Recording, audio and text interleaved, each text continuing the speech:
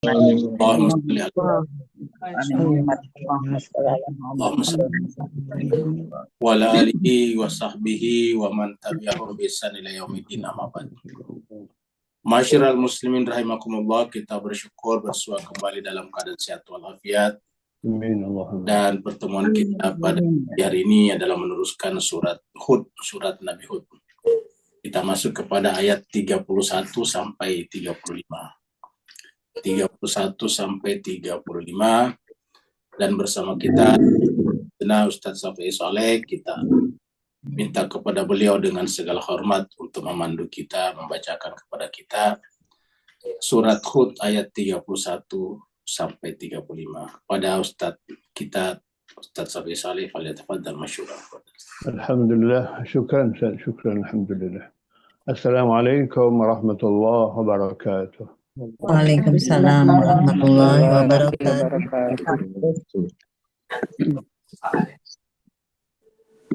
أعوذ بالله من الشيطان الرجيم.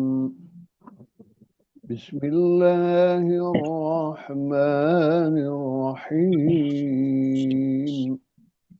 أعوذ بالله من الشيطان الرجيم. بسم الله الرحمن الرحيم.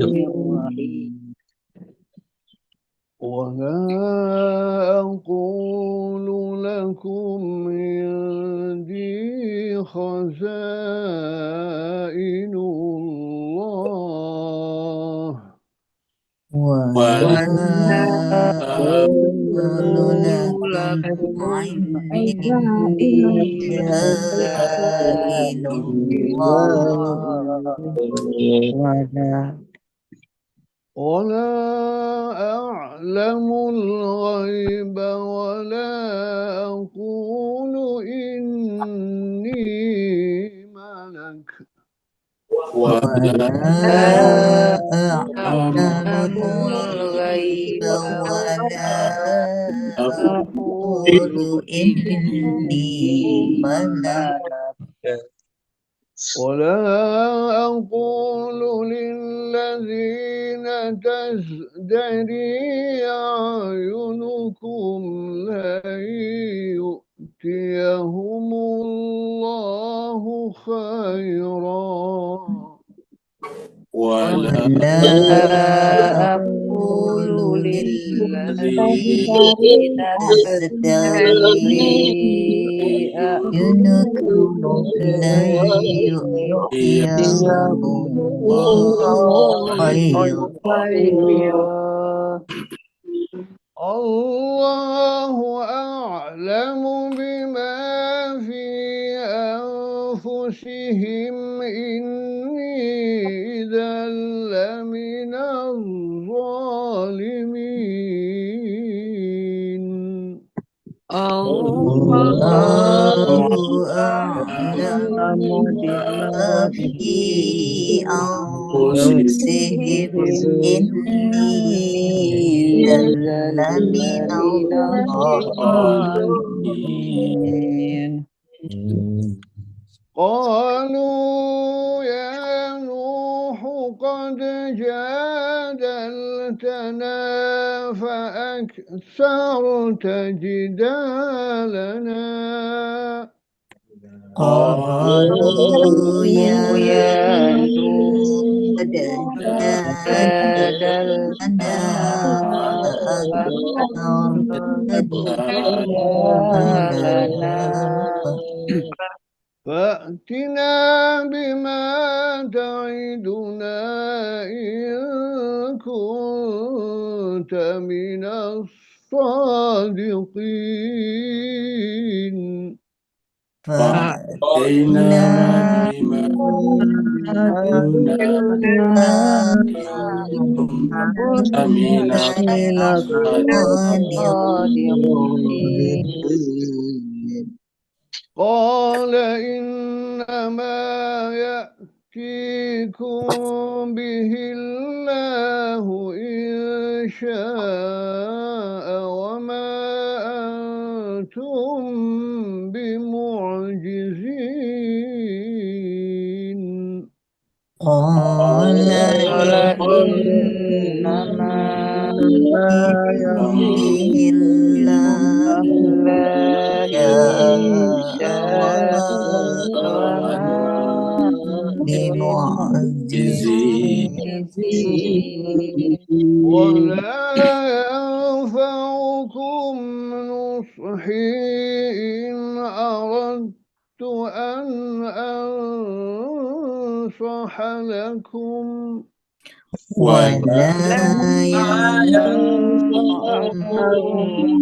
إن أردت أن أنصح لكم كان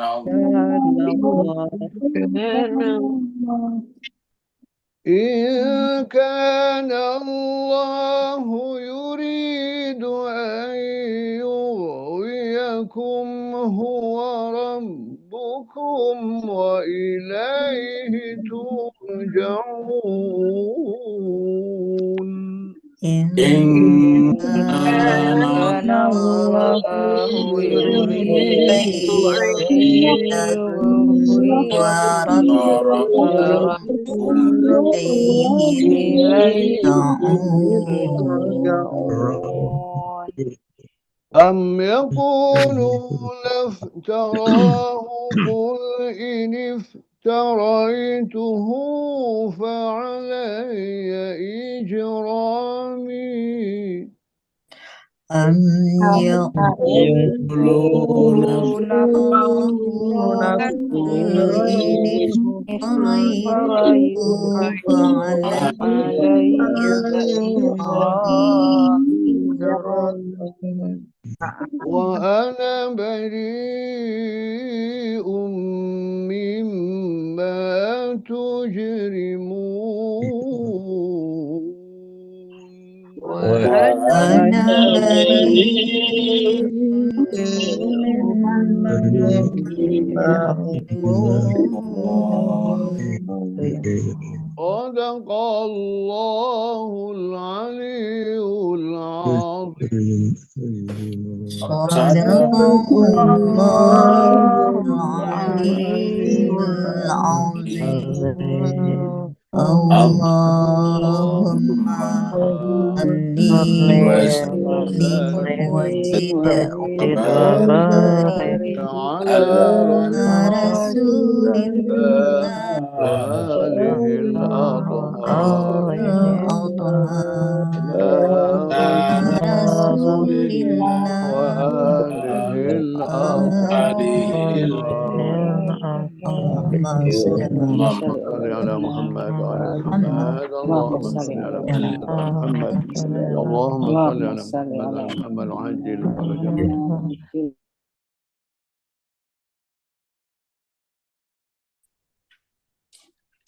Mewakili jemaah sekalian, kita mengucapkan terima kasih yang setinggi-tingginya kepada Ustadz kita, Ustadz Safi Saleh. Semoga Allah SWT menjadikan semua ayat yang dibacakan tadi kepada kita sebagai perpanjangan tangan Allah SWT kepada kita semuanya. Sehingga Allah SWT nanti di akhirat memberikan syafaat pertama kali kepada kita. Amin. Allahumma amin. Begitu juga kepada jemaah sekalian, semoga dengan membaca Al-Quran tadi, Allah SWT mencatat kita bahwa kita membuktikan melalui kesediaan dan kesungguhan kita membaca Al-Quran sebagai bukti kita mencintai Allah Subhanahu wa Ta'ala, karena puncak dari segala cinta dan kerinduan adalah cinta dan kerinduan kepadanya. Kita teruskan surat Hud. Surat Hud yang kita bicarakan di sini adalah Nabi Hud alaihi salatu wassalam. Surat ini turun di Mekah, maka disebutlah dengan surat Makkiyah. Jumlah ayatnya 123 dan tadi kita sudah baca 31 sampai 35. Mari kita mereview dari ayat 30. Kemarin petang kita sudah sampai di ayat yang ke-30. Di mana Allah SWT berfirman, A'udzubillahi minasyaitonirrajim, Bismillahirrahmanirrahim. Wa ya qaumi may yansuruni minallahi in taradatum. Jadi kemarin pembahasannya adalah tidak mungkinlah Nabi, terutama Nabi Nuh, karena ini cerita Nabi Nuh, mengusir atau membuat tindakan yang menyebabkan orang beriman itu lari daripadanya. Termasuk diantaranya dengan meminta upah, pembahasan kita kemarin. Karena kalau minta upah, nanti yang ikut pada Nabi Nuh hanya yang bisa memberikan upah. Yang tidak bisa memberikan upah, ya akhirnya menjadi mental, lari. Nah, di sini katakan, wahai kaumku, man yansurini minallah, siapa yang menolong aku daripada Allah kalau aku mengusir mereka. Jadi kata-kata siapa yang menolong aku di sini artinya saya pun akan kena azab dari Allah seandainya aku melakukan tindakan yang menyebabkan orang lari. Kalau mereka lari karena tidak setuju, ya itu lain soal. Tapi kalau mereka lari hanya karena tindakan saya yang mensyaratkan kepada mereka untuk membayar, untuk memberi upah, nah ini adalah saya mendapatkan pertanggungjawaban yang berat, dimintai pertanggungjawaban yang berat nanti di sisi Allah SWT. Dan siapa yang bisa menolong aku kalau Allah menimpakan kepada saya azab itu? Afala tadzakkarun? Kenapa kalian tidak bisa berpikir? Afala tadzakkarun? Sekarang kita masuk pada ayat baru tadi yang kita baca.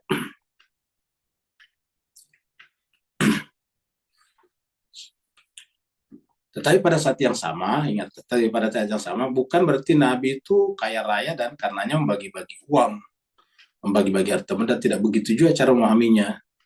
Jadi terkadang kita memahami ekstrim, wah kalau begini Nabi-Nabi pasti orang kaya raya, sampai dia tidak minta upah, ya.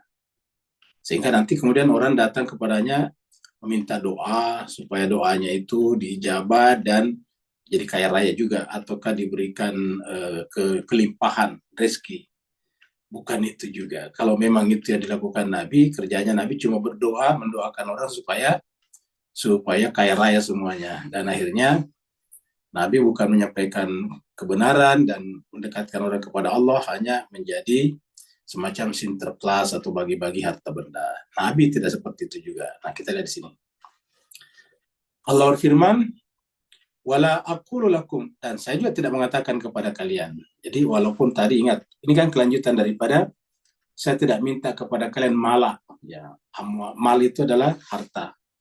Di ayat lain kita sudah lihat juga, yaitu ajran. Saya tidak minta upah, ya. Jadi tidak minta harta, tidak minta upah, tetapi bukan berarti saya juga datang membagi-bagikan harta benda, khazain di sini, ya. Jadi di sini ada kata khazain. Wala aqulu, dan saya juga tidak mengatakan lakum kepada kalian, indi khazainullah, bahwa di sisi saya, kata-kata indi di sini artinya sumbernya dari saya. Indi di sisi saya atau saya punya khazain. Khazain bentuk jamak dari khazanah. Khazanah itu adalah perbendaraan, khazainullah, ya. Saya juga tidak mengatakan kepada kalian di sisi saya ada perbendaraan Allah. Wala a'lamul ghaiba, saya juga tidak mengetahui yang gaib. Pertanyaannya, apa kemudian Nabi tidak tahu yang gaib? Ingat, kata-katanya harus dirujukkan ke sini, indi. Jadi harus kita kembalikan kata-kata ini, ya, ke sini. Jadi ini kita kembalikan ke sini. Artinya apa? Pengetahuan itu bukan dari pribadinya Nabi, tapi dari wahyu. Jadi kata-kata la alamul ghaibah di sini, kalau itu dari sisi saya, ya Nabi itu tidak merasa tidak punya apa-apa lagi. Puncak daripada kehambaan seseorang ketika tidak punya apa-apa lagi. Ingat, kita sampaikan lagi ulangi, puncak penghambaan diri seseorang kepada Robnya, kepada Tuhannya adalah ketika tidak merasa memiliki apa-apa lagi. Dan ini yang disampaikan Nabi di sini, tidak memiliki apa-apa, ya. Termasuk tidak punya ilmu, ya. Tidak punya harta benda, ya. Tidak juga merasa suci, bukan malaikat. Jadi semuanya seperti itu. Jadi puncak penghambaan diri seorang hamba kepada Robnya adalah ketika sampai pada la haula wala quwata illa billah. Tidak ada lagi daya, tidak ada kekuatan yang ada pada dirinya kecuali kekuatan yang datang dari Allah. Jadi tidak ada apa-apa lagi selain daripada Allah, ya. Maka di sini kita lihat semuanya. Ya, pertama adalah harta benda, yang kedua adalah ilmu. Jadi di sini adalah ilmu, ya. Di sini adalah merasa suci, malaikat, ya. Pertama adalah merasa kaya, tidak boleh ada rasa kaya. Rasa pintar, rasa suci, kan begini sebetulnya. Hazain tidak merasa kaya, La alam tidak merasa punya ilmu. Malaikat juga tidak merasa bahwa saya ini adalah manusia suci. Nah, jadi perasaan-perasaan itu tidak boleh ada pada Nabi. Kalau misalnya Nabi masih merasa, saya kan Nabi, saya suci. Nah, berarti telah mengambil hak Tuhan. Karena yang berhak disucikan itu cuma Allah. Ya. Yang berhak disucikan hanya Allah. Subhanallah, maha suci Allah. Ya. Allah itulah yang kudus. Ya. Kudusnya adalah Allah. Makanya karena kita tidak suci, kita menyerahkan diri kita kepada kesucian. Kalau kita merasa suci sendiri, berarti ada dualitas. Ya. Itulah sebabnya di dalam bahasa Arab itu kan ada tiga jenis subjek. Ada tiga jenis subjek. Yang pertama adalah maaf. Yang pertama adalah subjek tunggal. Yang kedua adalah subjek dual atau double. Yang ketiga subjek jamak plural. Ya. Jadi tiga, beda dengan bahasa Inggris atau bahasa lain kan, bahasa kita, bahasa Melayu, itu kan tidak ada bentuk duanya, bentuk double-nya. Kalau bahasa Arab itu kan tiga, ada plural, ada dual atau double, dan ada tunggal, ada singular. Ya. Jadi bentuk jamak yaitu kalau dia tiga ke atas. Ya. Jadi kalau plural banyak lah. Ya. Sedangkan kalau cuma dua bukan jamak, itu namanya dual, musanna kalau bahasa Arabnya. Kemudian ada satu tunggal namanya mufrad. Jadi ada jamak, ada musanna, dan ada mufrad. Jadi ada itu dalam bahasa Arab. Nah, yang banyak ini harus dikembalikan kepada yang satu. Nah, ketika kita sudah merasa tidak punya yang lain, semuanya ini bukan milik kita, tapi kita masih merasa ada. Ingat, kita masih merasa ada. Ini bajuku, ini kopi aku, ini rumahku. Nah, itu kan masih merasa melengket pada diri kita. Bahwa kita sudah meninggalkan pluralitas, tetapi kita masih berhenti pada dualitas. Jadi kita sudah meninggalkan pluralitas, kejamakan, tetapi kita masih terhambat di apa yang disebut dengan dualitas. Masih ada saya dan Allah. Masih ada aku dan Allah. Masih ada saya dan Tuhan. Itu kan masih ada dua, masih politeis itu namanya. Ya. Nah makanya agama kita ini mengajarkan tauhid, semuanya bergerak ke yang satu. Tauhid itu bergerak kepada yang satu. Ya. Artinya semua yang plural ataupun yang dual harus menyerahkan dirinya kepada yang satu. Nah maka ketika kita berhenti pada dual atau dualitas, maka kita juga belum bertauhid. Ya. Maka yang dualitas ini harus hilang juga. Aku, saya juga hilang. Satu-satunya aku atau saya yang tinggal adalah akunya Allah. Jadi aku kita hilang. Bahasa Al-Qur'annya fana. Ya, dia harus lenyap. Dia harus lebur seperti mana yang pernah kita biasa contohkan. Sebagaimana air dalam botol, dalam gelas, atau di dalam tangan kita harus dijatuhkan ke samudra. Dan ketika dijatuhkan ke samudra, maka jejak air, botol, gelas, dan tangan kita hilang. Yang ada hanya satu, samudra. Nah begitulah dengan Allah SWT. Maka di sini kita lihat Nabi menyampaikan itu. Jadi kita salah kalau memahami waktu kalau begitu tahu Nabi bodoh kan, tidak mengetahui yang gaib. Ya Nabi macam-macam. Jadi intinya di sini adalah la aqulu lakum indi khazainullah. Saya tidak mengatakan kepada kalian bahwa khazainullah, saya punya indi. Jadi kata kuncinya memahami indi di sini. Ya. Jadi ini harus kita pahami indinya ya. Jadi indinya ini merasa punya. Indi itu kan ya-nya aku nih. Ya ini ya aku indi ya. Kalau di sisi kamu kan indaka atau indaki ya. Di sisi Allah indallah. Nah, sekarang kalau di sisi aku yang berbicara indi ya. Jadi di sini indi. Jadi khazain bukan indi. Ilmu bukan indi. Malak bukan indi. Kalau begitu siapa? Indallah. Nah itu dia. Jadi semua yang ada ini termasuk yang saya pakai itu adalah indallah. Ilmu termasuk yang saya ajarkan sekarang indallah. Seperti itu. Ya, kalau kita tidak berbuat dosa bukan karena kita hebat, tetapi indallah itu semuanya dari Allah. Nah, seperti itu. Jadi tidak ada lagi aku yang melekat pada diri kita. Aku itu hanya kembali semuanya kepada Allah. Jadi wala aqulu lakum indi khazainullah wala a'lamul ghaiba. Jadi artinya kalau saya punya sesuatu itu milik Allah. Saya punya ilmu itu bukan punya saya, itu ilmu dari Allah. Kalau saya tahu yang gaib bukan dari saya, itu dari Allah. Nggak punya, saya nggak punya. Lalu dari mana kok Nabi bisa tahu? Itu namanya wahyu. Ya, yuha ilayya. Jadi dalam Al-Quran dikatakan yuha ilayya, diwahyukan kepada saya tentang ilmu yang gaib. Ya. Wala aqul inni malakun, dan saya tidak mengatakan bahwa saya adalah malaikat. Wala aqulu lil ladzina tazdari a'yunukum. Ya. Dan aku tidak mengatakan kepada orang-orang tazdari a'yunukum. Ya. Saya tidak pernah mengatakan kepada orang yang rendah, ya, orang yang tazdari adalah orang yang rendah di antara kalian, di mata kalian. Ya. La yu'tiyahumullahu khaira. Saya tidak pernah mengatakan bahwa kepada orang yang rendah tidak akan mungkin tidak mungkin Allah berikan kepadanya kebajikan ini, khaira.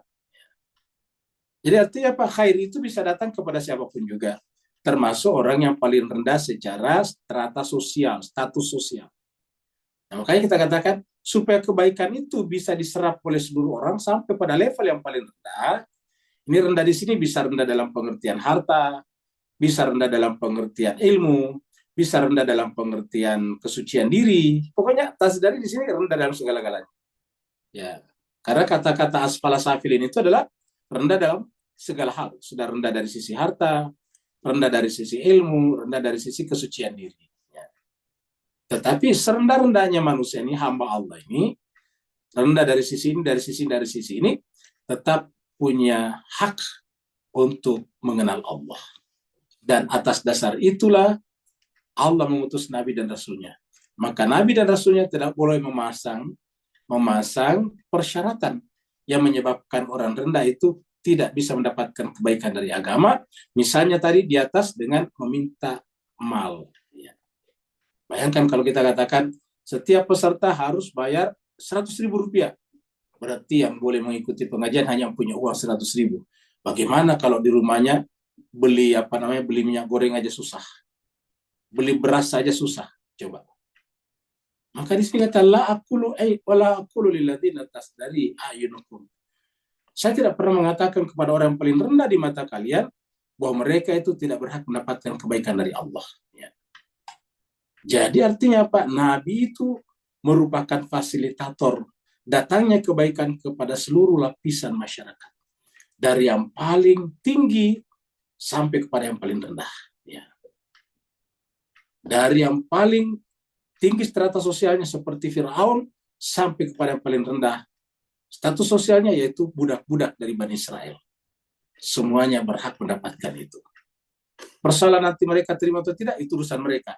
Tetapi dari sisi Allah dan Rasul harus membuka akses selebar-lebarnya kepada seluruh lapisan masyarakat ini. Ya. Makanya mengherankan jemaah sekalian kalau agama diajarkan tiba-tiba harus ada persyaratan-persyaratan seperti ini. Ya. Apa nanti kata mereka yang mungkin persyaratan itu di hadapan Allah? Coba apa kata-kata mereka di hadapan Allah? Ya. Mungkin kalau bukan agama Allah itu terserah karena memang itu urusan lain. Tapi kalau agama Allah kan artinya apa? Al-Quran ini datang kepada kita siapa? Kan dari Allah, dari Nabi, melalui Nabi. Dan Nabi tidak pernah minta persyaratan. Ya. Ingat ya, namanya Al-Quran tidak pernah ada hak intelektualnya. Tidak pernah ada copyrightnya. Semua orang bisa membacanya. Semua orang bisa mengcopy pastenya. Jadi Al-Quran ini tidak pernah ada copyrightnya. Kenapa? Karena bahkan Nabi pun bukan pemilik copyright. Copyright ini adalah Allah, dan Allah berikan kepada seluruh hambanya. Ya. Jadi semakin banyak orang yang mencetak atau membaca Al-Quran semakin bagus. Ya. Karena tidak ada copyright, tidak ada tidak ada hak intelektualnya, tidak ada intelektual right-nya, tidak ada hak intelektualnya. Ya. Semua orang boleh mempersyaratkan. Kalau ada orang mengambil dari Al-Quran gratisan, baru kemudian memberikan kepada orang dengan bayaran, berarti telah menjual agama Allah dengan harga yang sedikit. Ya. Maka dikatakan Allahu a'lamu bima fi anfusihim. Ingat, Allah tahu apa yang ada dalam diri mereka. Allah tahu apa yang ada pada diri mereka di sini, baik kepada tadi yang memasang syarat tertentu untuk mempelajari agama Allah, ataupun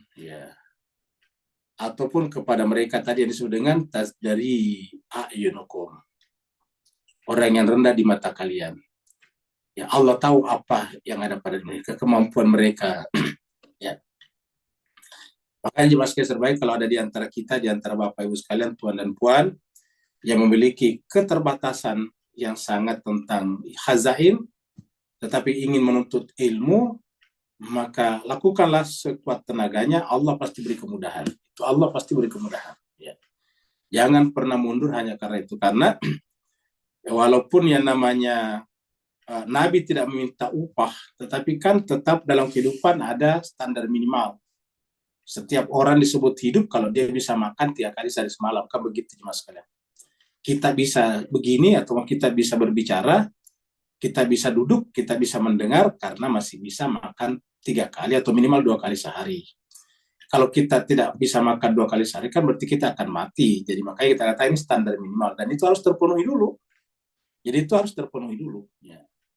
Kalau itu tidak terpenuhi ya kita tidak bisa duduk sambil mendengar ceramah.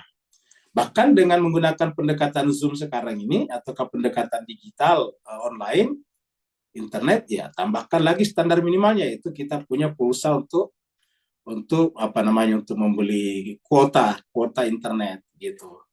Kalau kita tidak punya kuota internet ya nggak bisa terhubung satu sama lain. Nah, kurang lebih begitulah, ada standar minimal dan itu harus kita penuhi, dan makanya kita harus terus bekerja dan berusaha.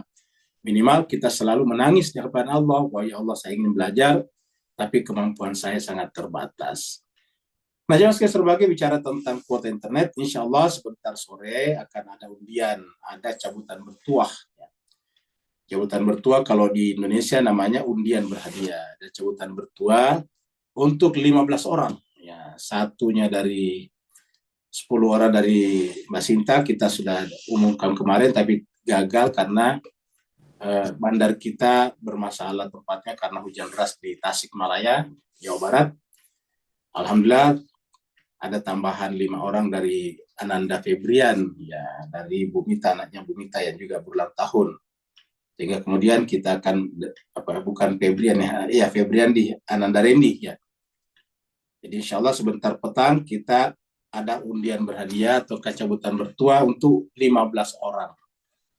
Jadi peluang untuk mendapatkan lebih banyak lagi 15 orang ya.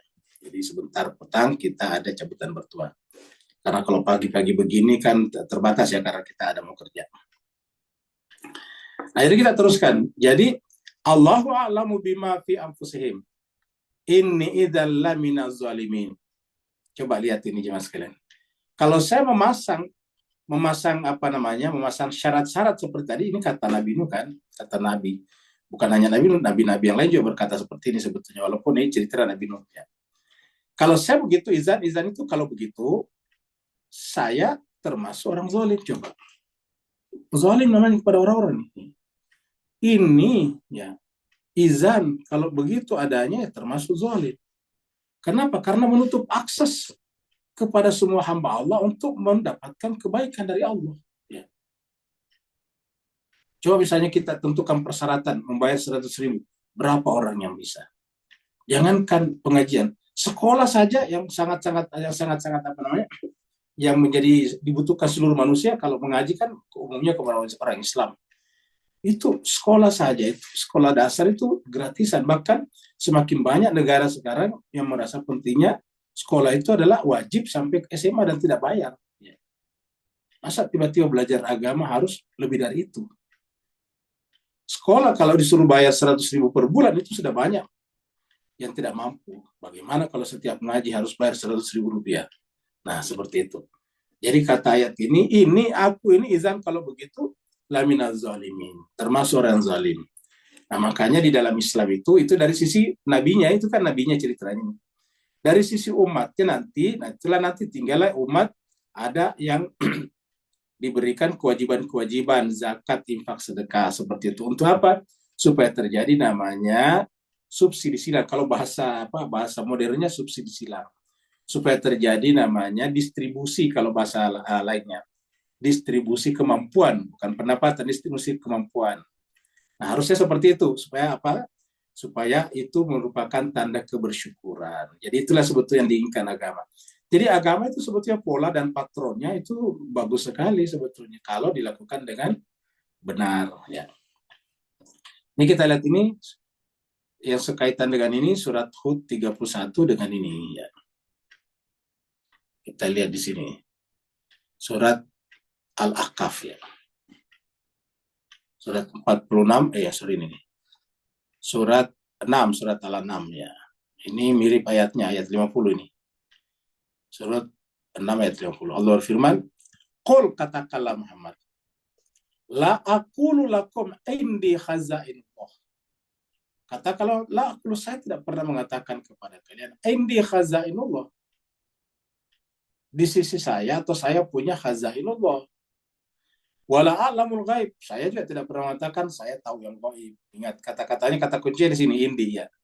Jadi untuk memahami indi ya. Makanya nanti ketika Nabi Musa berjumpa dengan Nabi Khidir, itu menggunakan kata-kata indallah ya. Indallah. Coba kita lihat di sini.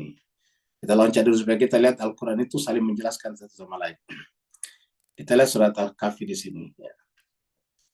Ayatnya sekitar 65.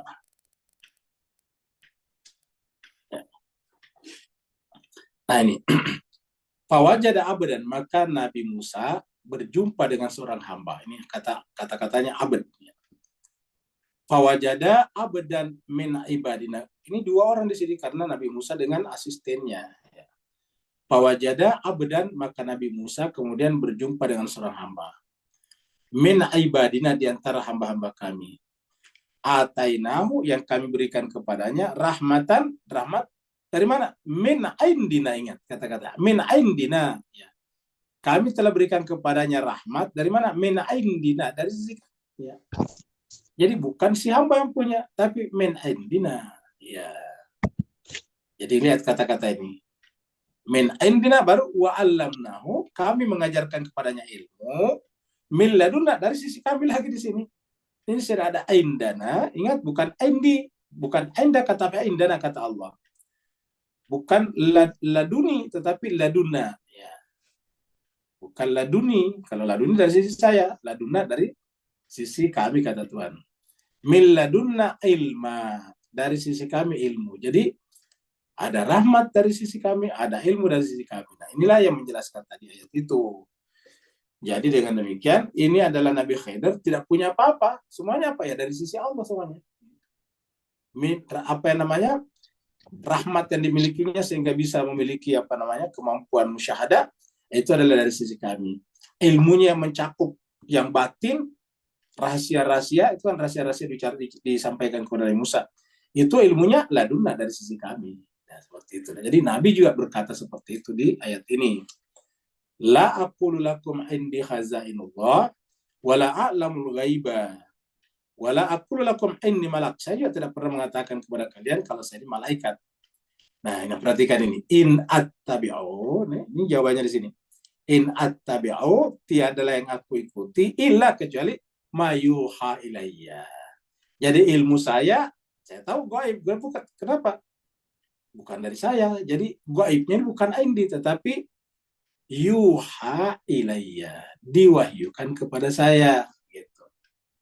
Qul hal yastawil a'ma wal basir. Katakanlah Muhammad, apakah sama antara orang buta dengan orang melihat?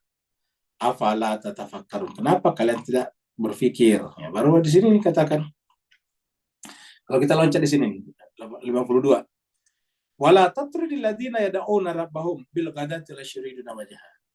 Janganlah engkau mengusir. Nah, kata-kata mengusir tadi di sini tidak selamanya harus diartikan mengusir, suruh pergi. Tetapi ingat tadi, memasang persyaratan-persyaratan di Masjid Nabi. Ini kan di Masjid Nabi ini ceritanya. Jangan engkau mengusir atau menyebabkan mereka tidak datang di masjid kamu untuk berzikir, untuk belajar pagi dan petang ini. La tatrudil ladzina yad'una rabbahum. Jangan engkau Muhammad menjadi faktor penyebab orang yang ingin belajar kepada Tuhannya, ya da'unarahu, kita artikan belajar kepada Tuhannya melalui Nabi, bil ghadati wal ashi, pagi dan petang hari, sementara mereka tidak punya kepentingan apa-apa kecuali yuriduna wajhah, semata-mata karena ingin mendekatkan diri kepada Allah, ingin ilmunya itu ma'rifat kepada Allah, yuriduna wajhah. Apa sebabnya? Ma alaika min hisabihim, bukan kewajiban kamu hisab mereka sesedikit apapun. Begitu ya sebaliknya. Nanti kita akan balik ke ayat ini pada pada pembahasan ayat yang selanjutnya. Kita lihat dulu hadisnya nih. Ini kita kasih judul hanya Allah yang tahu kunci perkara gaib ini. Jadi dari masalah gaib hanya Allah yang tahu kunci perkara gaib. Jadi kenapa Nabi tahu? Ya tadi diwahyukan kepadanya. Jadi diwahyukan kepadanya. Bukan hanya Nabi, sebetulnya kita semuanya tidak punya pengetahuan. Cuma kita ini banyak karena belajar dari orang lain. Namanya ilmu husuli. Kalau Nabi kan ilmunya huduri, hadir melalui wahyu tadi. Makanya kan di Al-Quran dikatakan kita ini lahir dalam keadaan tidak tahu apa-apa. Lahir dari perut ibu, la ta'lamuna syai'an, dalam keadaan kamu tidak tahu apa-apa. Ya. Ini ada dari Nabi. Rasulullah sallallahu alaihi wasallam, Nabi bersabda berkata, miftahul gaibi khamsun, kunci kegaiban itu ada 5. Maksudnya kunci pengetahuan tentang gaib itu ada 5. 1, la ya'lamu, ya kita teruskan masih kata-kata. La ya'lamu illa, tidak ada yang mengetahui kecuali dia. Jadi ada 5 kunci alam gaib yang tidak ada yang tahu kecuali Allah. 1, la ya'lamu ahadun ma yakunu fi ghadan. Tidak ada satupun yang tahu apa yang terjadi besok. Yakunu, apa yang ada, apa yang terjadi besok. Fi ghadin. La ya'lamu ahadun ma yakunu fi ghadin. Tidak ada yang tahu apa yang terjadi esok. Wala ya'lamu ahadun ma yakunu fil arham. Tidak satupun yang tahu apa yang terjadi di rahim. Maksudnya terjadi di rahim, maksudnya sebelum perempuan itu hamil, tidak ada yang tahu nanti bakal hamil laki perempuan, ya seperti itu. Apalagi lebih dari itu, DNA-nya dia nggak tahu. Mungkin kalau dia sudah hamil, sekarang sudah ada alat-alat untuk melihatnya. Tapi kalau rahim perempuan masih kosong misalnya, tidak ada yang tahu, seperti besok kan masih kosong. Apa yang terjadi esok? Kita tidak tahu. Apa yang terjadi pada rahim seorang wanita, misalnya yang belum menikah, ya atau sudah menikah tetapi belum hamil, ya kita tidak tahu apa yang terjadi di sana.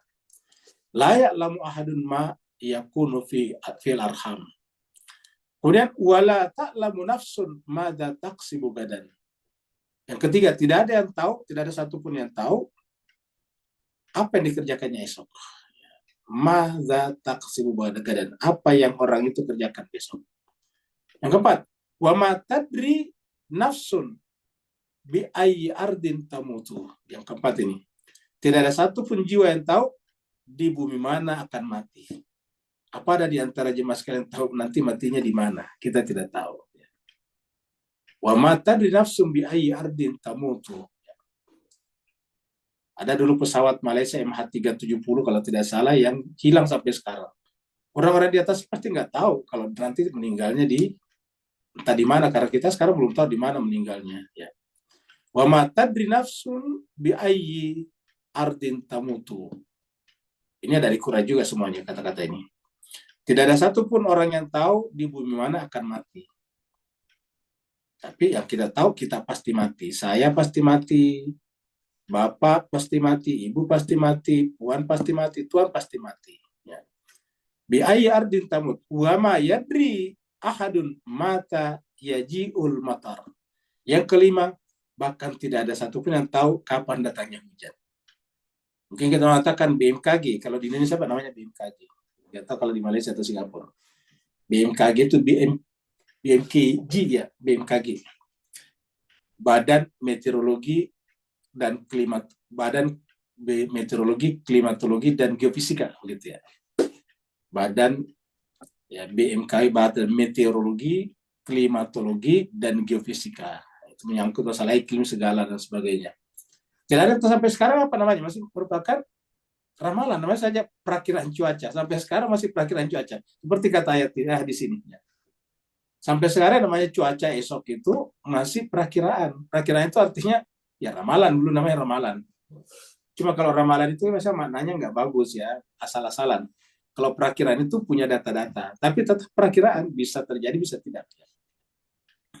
Kesimpulannya berdasarkan di sini tidak ada yang tahu persis kapan datangnya hujan. Tidak, sampai sekarang masih perakiraan saja. Kita ambil hadis ini dari Imam Bukhari nomor 991. Ayat berikutnya, ayat 2.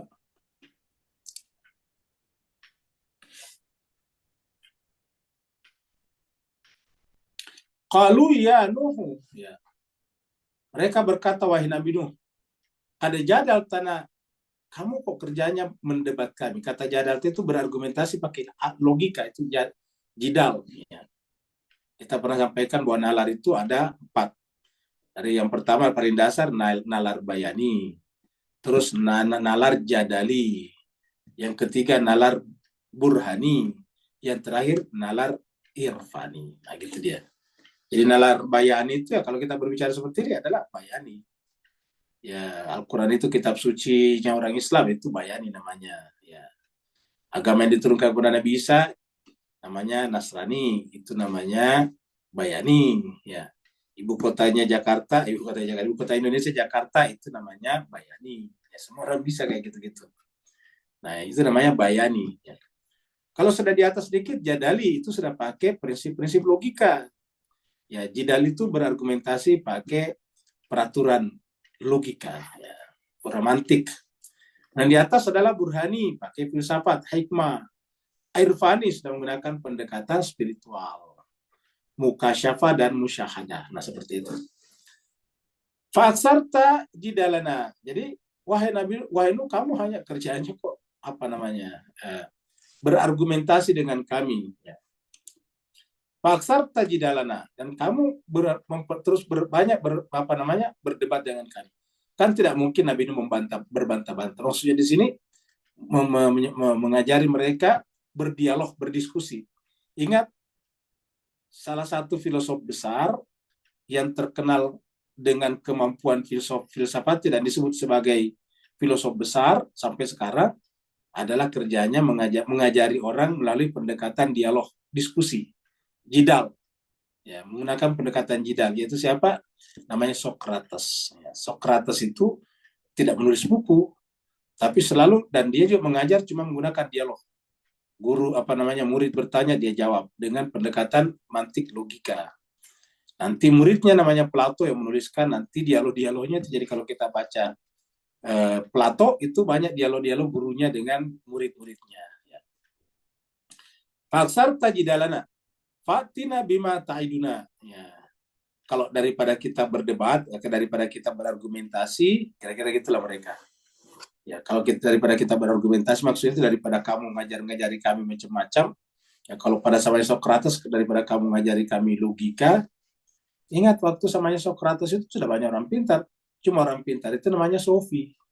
Sofi ini menggunakan kemampuan argumentasinya atau menggunakan kemampuan retorikanya untuk mencari uang, mencari dukungan, gitu. Jadi bukan untuk mencari kebenaran. Ingat, pada zamannya Socrates itu sudah banyak orang yang pintar dalam tanda petik ya, namanya Sofi. Tetapi mereka gunakan ilmunya, kepintarannya untuk mencari keuangan. Jadi kepintaran dimonetisasi menjadi keuangan. Nah, seperti itu. Sehingga apa yang terjadi kemudian? Kebenaran menjadi abstrak, menjadi kabur. Datanglah Socrates memperjelas yang kabur itu, maka mereka marah kepada Socrates, maka mereka menghukum Socrates dipaksa minum racun. Begitu. Jadi fatina bima ta'iduna in kunta minas shadiqin. Daripada kita terus-menerus berdiskusi seperti ini, lebih baik datangkan kepada kami apa yang kamu janjikan, apa yang kamu ancamkan kepada kami. Kalau kamu memang benar, kalau kamu hai Nabi Nuh benar, coba datangkan janji itu kepada kami. In kunta minas shadiqin. Kuntanya di sini Nabi Nuh. Ya. Kalau kamu termasuk orang yang benar. Ya. Surat Al-Ahqaf. Qalu, mereka berkata, ajitana li ta'fikana an alihatina. Ya. Apakah engkau datang kepada kami untuk menjauhkan kami dari Tuhan-Tuhan kami? Kalau memang kamu datang untuk melepaskan kami dari kepercayaan nenek moyang kami yang kamu anggap itu salah karena politeistik atau syirik, fatina bima ta'iduna, maka datangkanlah kepada kami bima ta'iduna, apa yang kamu ancamkan kepada kami. In kunta minas shadiqin, kalau kamu benar. Jadi selalu begitu. Jadi ketika mereka tidak bisa berargumentasi, tiba-tiba seperti ini. Nah, ini namanya bukan argumentasi. Ini namanya putus asa. Ya. Kita lihat lagi ayat selanjutnya.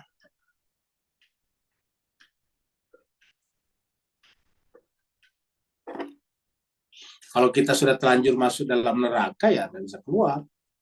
Kita mau kita mau berteriak-teriak di dalam seperti orang ini, ya tidak bisa keluar lagi dari sana. Ya. Jadi orang-orang dalam neraka nanti seperti ini, mengamuk-ngamuk tapi nggak bisa keluar juga. Ya. Nggak bisa lari kalau sudah terlanjur masuk di sana. Qala innama ya'tikum bihillah. Nah, apa jawaban Nabi Nuh? Seperti tadi, karena ilmu itu bukan dari saya tapi dari Allah. Al-ghaib tadi bukan dari aku tapi dari Allah. Maka yang berhak mendatangkan azab itu juga Allah, bukan saya. Ini kata Nabi Nuh. Qala Nabi Nuh ini ya. Innama ya'tikum bihillah. Yang bisa mendatangkan kepada kalian itu adalah ini Allah. Allah yang bisa mendatangkan. Bukan saya. Jadi itulah Nabi mengatakan, saya ini kan hanya penyambung lidah, kira-kira gitu. Saya ini hanyalah rasul saja, penyampai risalah. Tugas saya cuma dua, memberikan kabar gembira dan peringatan. Basyirau wa nadhiro. Cuma memberikan kabar gembira bahwa kalau kalian berbuat baik nanti masuk surga, bahagia di akhirat. Tapi kalau kamu berbuat kejahatan, kamu akan masuk neraka, menderita nanti di akhirat. Cuma itu, basyirau wa nadhira. Insya'a wa ma antum mujizin. Allah akan mendatangkan kalau dia menghendaki, insya kalau dia menghendaki. Jadi sya'nya kalau dia Allah menghendaki, kalau dia Allah menghendaki. Wa ma antum, dan kalau Allah sudah menghendaki, ma antum bimujizin, kalian tidak bisa lari. Kalian tidak bisa mengalahkan Allah SWT. Jadi daripada minta-minta seperti itu, kembali kepada Allah, karena kalau itu datang, kalian tidak bisa lari. Mana contoh di mana kita tidak bisa lari dari Allah? Tidak bisa tidak mati. Bagaimanapun kuatnya kita sekarang, bagaimanapun powerfulnya kita sekarang, bagaimanapun kuasanya kita sekarang, kita adalah the king of king, kita adalah the president of the president, kita adalah presidennya presiden, kira-kira gitulah. Kita adalah orang terkenalnya orang terkenal, tetapi kematian tidak ada yang bisa menolak. Ingat. Bagaimanapun banyaknya, misalnya raja, kan banyak tuh prajuritnya, banyak tentaranya. Apakah tentara mampu menghentikan kematian rajanya? Nggak bisa. Ya. Tentaranya bisa didatangkan sampai jutaan orang, tapi tidak bisa menghentikan kematian sang raja. Wa ma antum bimujizin, kalian tidak bisa lari daripadanya. Ya. Nah, jadi artinya lebih kita datang tunduk. Ya. Mukhbitin, menjadi orang yang mukhbitin. Kita lihat di sini. Surat, ini adalah surat ayat yang ketiga. Surat Al-An'am ayat 134 ini.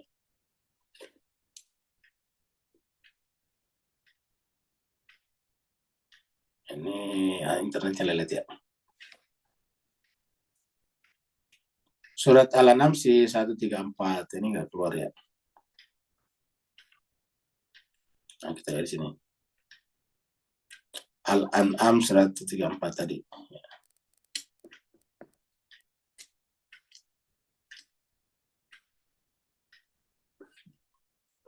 Innama tu'aduna la'atin. Apa yang dijanjikan kepada kalian melalui saya, kira-kira Nabi tadi, la'atin pasti akan datang. Wa ma antum bimujizin, dan kalian kalau sudah datang tidak mungkin bisa menolak, tidak bisa lari. Jadi innama, hanya saja apa yang dijanjikan itu melalui apa yang saya bawakan kata Nabi ini, la'atin pasti akan terjadi, pasti akan datang. Ya. Wa ma antum bimujizin, kalian tidak bisa lari. Ya, seperti itu. Jadi kita kembali ke tadi, ini sama tadi. Innama tu'aduna la'atin wa ma antum mujizin. Kita lanjut lagi.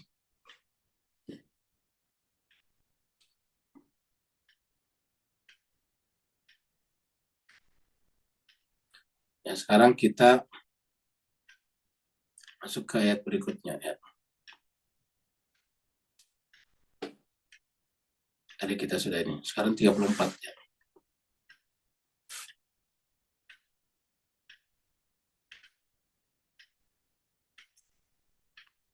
Kalau kita sendiri yang memilih jalan masuk ke dalam kesesatan, ya Tuhan membiarkan kita berada dalam kesesatannya.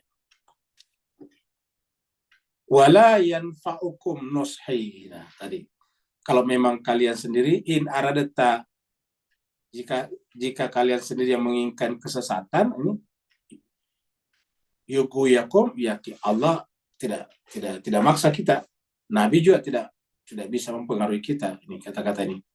Wala yanfa'ukum, tidak bermanfaat bagi kalian nushi. Nushi itu adalah nasihat saya. In aradatu an ansaha. Nasihat saya tidak bermanfaat bagi kalian walaupun saya ingin menasihati kalian. Ini in aradatu an ansalakum.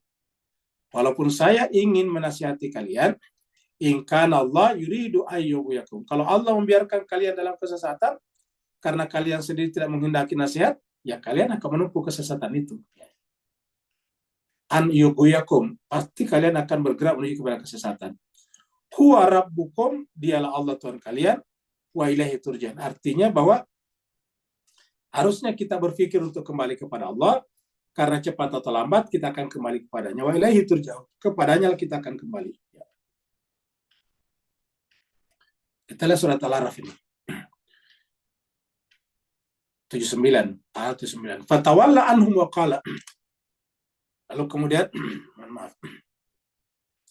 Fatawalla anhum, dia berpaling dari mereka, wa qala, dan berkata, ya qaumi, wahai kaumku, laqad ablaghtukum risalat rabbi. Jadi Nabi mengatakan, wahai kaumku, ini Nabi Saleh ya. Berkata, wahai kaumku, kaumnya Nabi Saleh itu kaum Samud ya. Babak bentar. Setrum. Wahai kaumku, kaum Samud, laqad ablaghtukum, aku telah menyampaikan kepada kalian risalah Rabbi, risalah dari Tuhanku. Wa nasahtu lakum, dan aku telah menasihati kalian. Walakin, akan tetapi, la tuhibbunan nasihin, kalian tidak suka nasihat. Nah, jadi cuma sekalian, tanda orang itu bergerak menuju kepada kesesatan adalah tidak suka nasihat, suka membantah-bantah. Ya. Kalau Nabi Nuh tadi bukan membantah, sebetulnya Nabi Nuh itu adalah membenarkan logika kaumnya, supaya logikanya mengantarkan kepada kebenaran.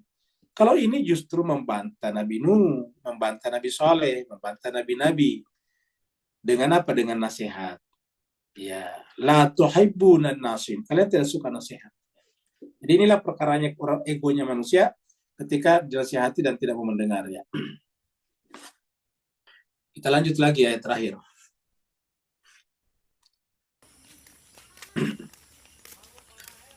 Ini cuma sekalian Bapak, Ibu coba lihat ini orang jalan ya di depan kita.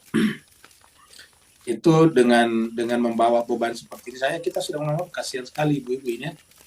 Ya, itu kan di atas kepalanya, tertekan kepalanya, lehernya, membawa beban. Ini beban belum seberapa Pak Bu Mas sekalian. Bagaimana nanti di akhirat kalau beban dosa kita pikul seperti ini? Ya. Cobalah bayangkan nanti kita bangkit di hadapan Allah dengan membawa dosa-dosa kita di atas kepala kita atau di punggung kita ya. Selama sekian puluh tahun. Ini kan cuma sedikit ini beban ini sebetulnya dan ringan. Nah, tapi kita sudah secara psikologis melihat ini berat banget kamu gitu. Ya. Derajat perempuan di tempat ini kok begitu rupa. Dia sudah hamil, mengandung, memasak dan sebagainya. Pergi mencari rumput lagi buat kambing, ini kan pasti buat kambingnya misalnya ya. Nah, am yaqulu naftarah, atau mereka mengatakan bahwa Nabi hanya membuat-buat ya. Membuat-buat. Nah, sekarang qul, katakanlah Muhammad, ini iftara itu kalau aku yang membuat-buatnya, maksudnya Al-Qur'an itu saya karang sendiri, Fa'alayya ijrami, maka dosanya saya tanggung. Ingat, kalau saya mengarang Al-Quran, berarti dosanya saya tanggung. Apa dosanya? Saya telah membohongi seluruh manusia. Bayangkan kalau saya mengatakan ini Nabi, saya sebagai Nabi mengatakan ini dari Allah, ternyata ini adalah karangan saya sendiri. Nah coba, berapa banyak orang tertipu. Bukan hanya orang yang sesama dengan Nabi, tetapi sampai akhir zaman tertipu semuanya. Ya. Makanya dikatakan, kalau saya mengada-adakannya, maka berarti fa'alayya ijrami, tanggung jawab saya dosanya, dan itu berat. Bayangkan kalau berpuluh-puluh tahun dan beribu tahun. Nabi Muhammad kita sudah 1400 tahun. Ya, agama Islam ini sudah 1400 tahun. Dan ternyata agama ini adalah dikarang oleh Nabi Muhammad, luar biasa. Betapa beratnya bebannya nanti di akhirat. Ya. Alayya ijrami wa ana bari'um mimma tujrimun. Kalau saya mengada-adakannya, saya memikul dosa saya, dan kalian terbebas dari situ. Artinya kalian yang tertipu tidak memikul dosa penipuan saya. Kira-kira gitulah. Kalau kalian yang tertipu tidak memikul dosa penipuan saya. Semua kita memikul dosa masing-masing. Seperti dalam surat Al-An'am tadi ayat 52, 53 tadi ya. Kita tadi sudah ada di sini. Ya, surat Al-An'am tadi. 52 ini. Wala tatrudil ladzina yad'una rabbahum bil ghadati wal ashyi yuriduna wajha. Kamu jangan mempersulit atau mengusir orang yang ingin belajar ma'rifat kepada Allah di pagi dan petang hari, dan niatnya cuma satu, ikhlas ya. Ingin mendekatkan diri kepada Allah. Apa sebabnya? Ma'alaika min hisabih. Bukan kamu Muhammad yang mengangkut hisab mereka sesedikit apapun. Begitu sebaliknya, wa ma min hisabika alaihim. Tanggung jawab kamu, hisab kamu tidak juga ditanggung oleh kami sesedikit apapun. Fatatrudahum, kalau kamu mengusir mereka, kalau kamu mempersulit mereka, fatakuna minaz zalimin, maka kamu termasuk zalim. Ya, seperti juga tadi kata-kata Nabi. Kalau aku mengusir mereka, maka saya termasuk orang zalim.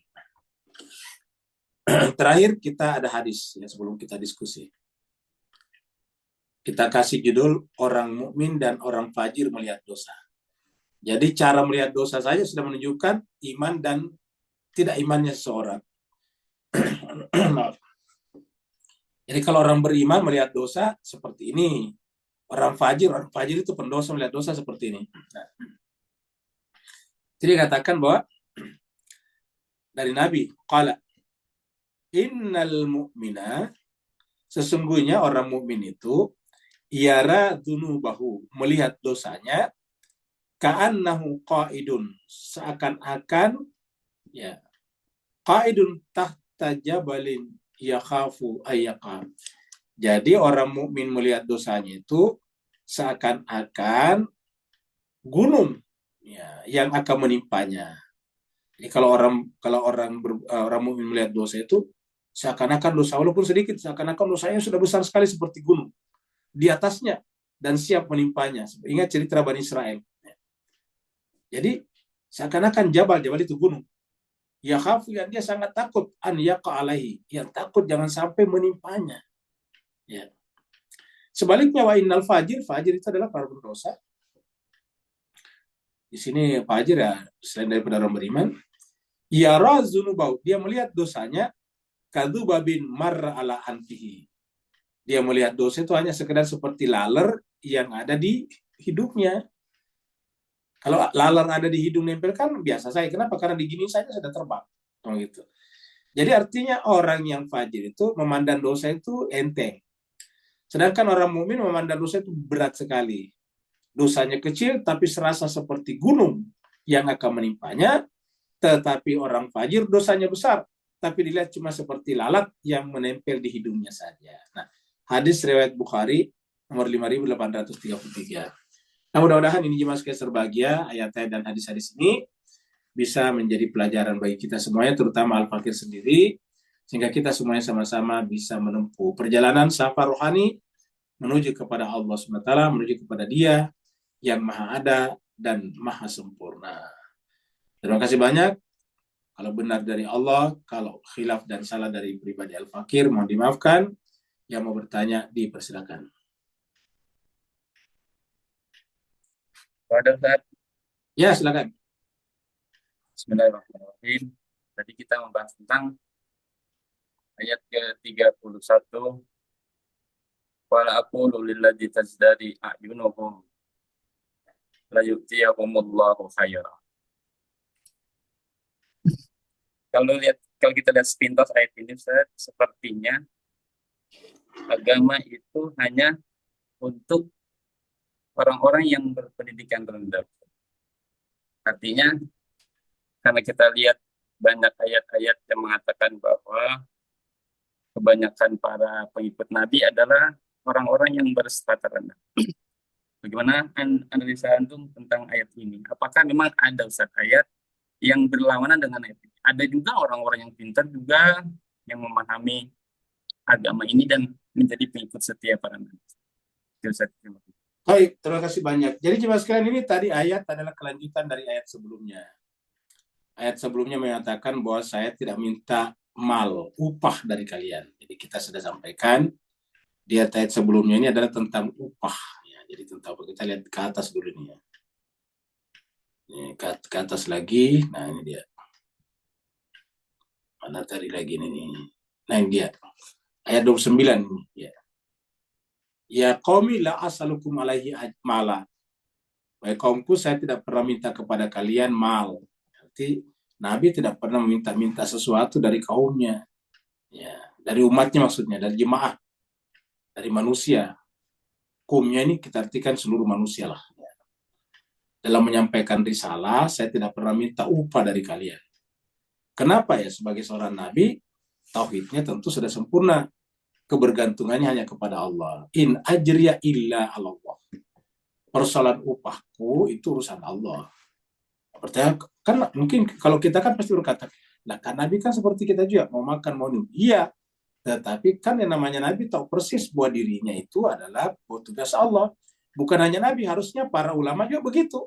Supaya apa? Ulama jangan bergantung kepada orang berduit ataukah penguasa. Masih bagus kalau penguasanya baik. Bagaimana kalau penguasanya korup? Korup dalam pengertian ini menindas umat seperti yang terjadi di Palestina misalnya, di Gaza. Bayangkan kalau orang itu negara Islam hidup dari bantuan Amerika, coba. Sementara Amerika mengirim bertonton amunisi ke Israel untuk membunuh orang di Gaza. Coba gimana caranya? Nah, ini contoh yang paling konkret. Jadi sebetulnya ayat ini menjelaskan kepada kita harus berlepas diri dari apapun selain daripada Allah. Itulah tauhid. Nah, jadi di sini katakan in ajriya illa Allah. Upahku itu hanya kepada Allah saja. Ya, itu urusan Allah. Ya. Nah, wa ma ana bitaril ladzina amanu. Kalau saya memasang upah, saya memasang persyaratan harus bayar sekian, maka berarti saya telah menghalangi orang untuk beriman. Kalau bahasa di sini saya mengusir orang beriman. Kan ada orang beriman hatinya pengen sekali belajar, tapi akhirnya terusir. Kenapa? Nggak punya harta. Nggak punya harta di sini. Nah, makanya kemudian mungkin timbul pertanyaan, kalau Nabi tidak butuh harta, jangan-jangan Nabi memang sudah kaya raya kan begitu. Nah, muncul tadi ayat yang ditanyakan di sini. Ya. Yang kita lihat tadi di sini ya. Nih. La aqulu lakum indihat, tapi saya tidak mengatakan bahwa saya kaya raya. Saya tidak mengatakan bahwa saya ini memiliki seluruh perbendaharaan Allah, khazainullah.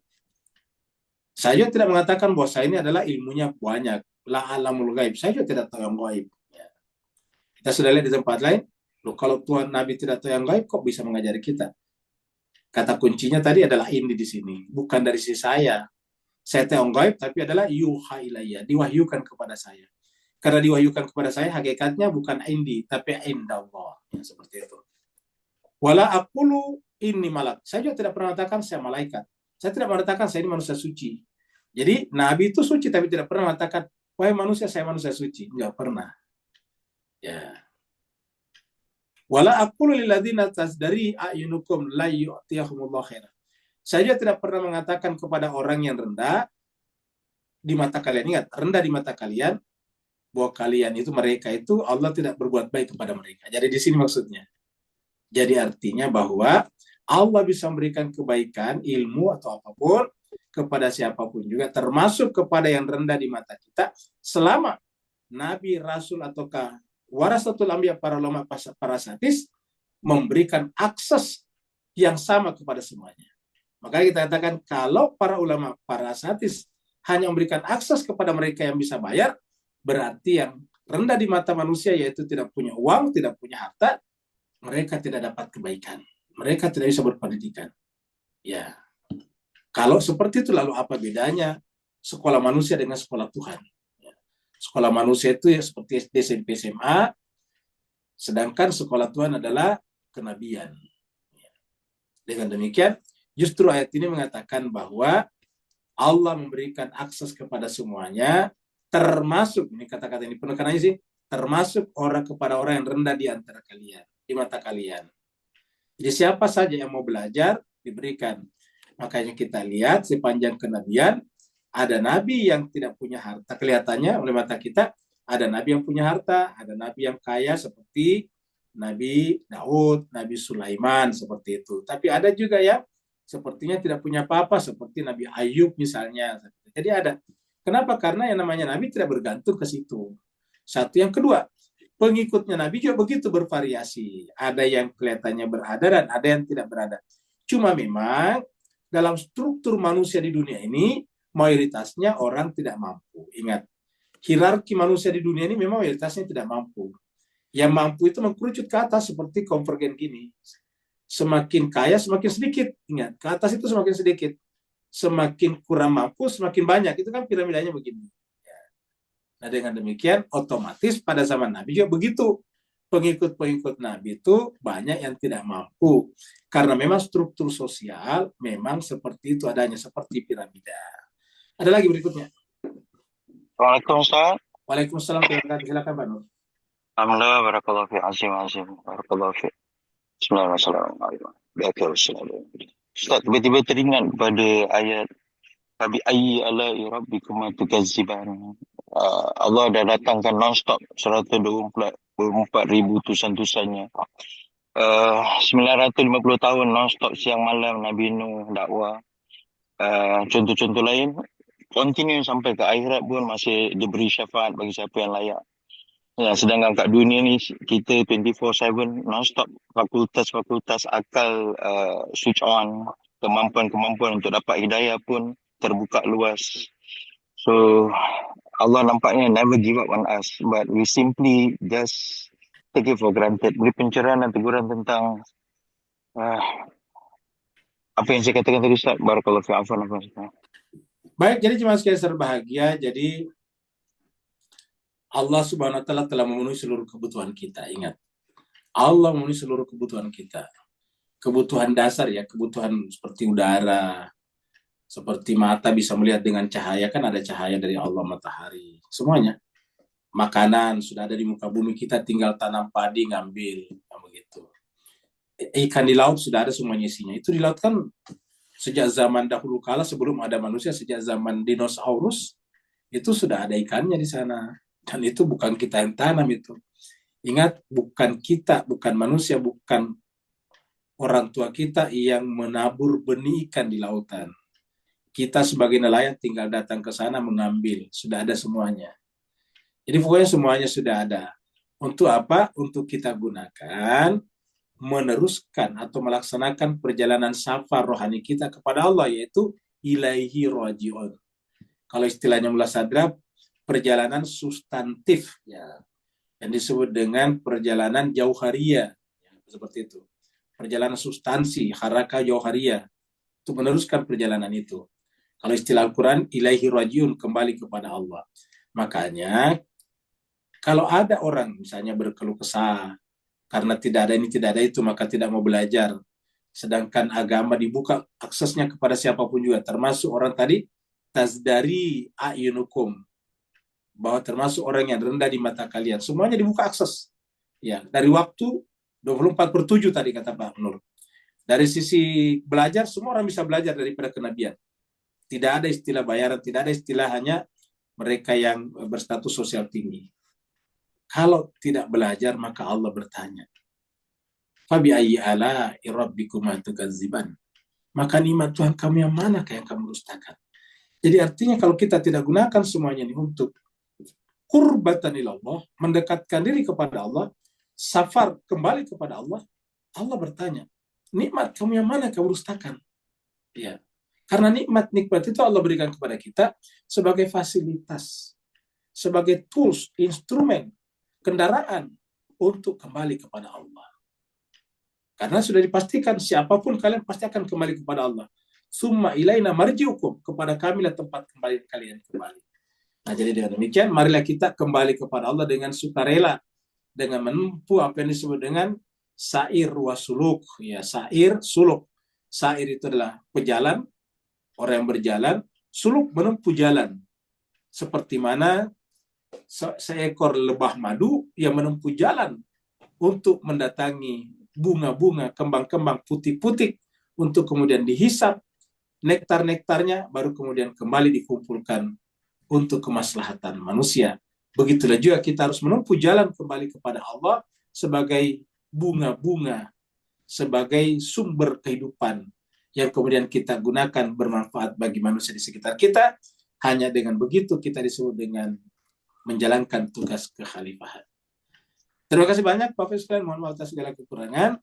Kita ingatkan sebentar sore akan ada cabutan bertua untuk 15 orang dari Mbak Sinta yang berulang tahun dan juga kepada Ananda Randy, putra daripada Ibu Mita, nama aslinya Rahmat Febriandi Dimitri, yang juga berulang tahun, sebentar juga akan ikut dalam cabutan bertuah. Jadi kita berharap sebentar sore kita hadir bersama-sama. Wassalamualaikum warahmatullahi wabarakatuh. Waalaikumsalam warahmatullahi wabarakatuh.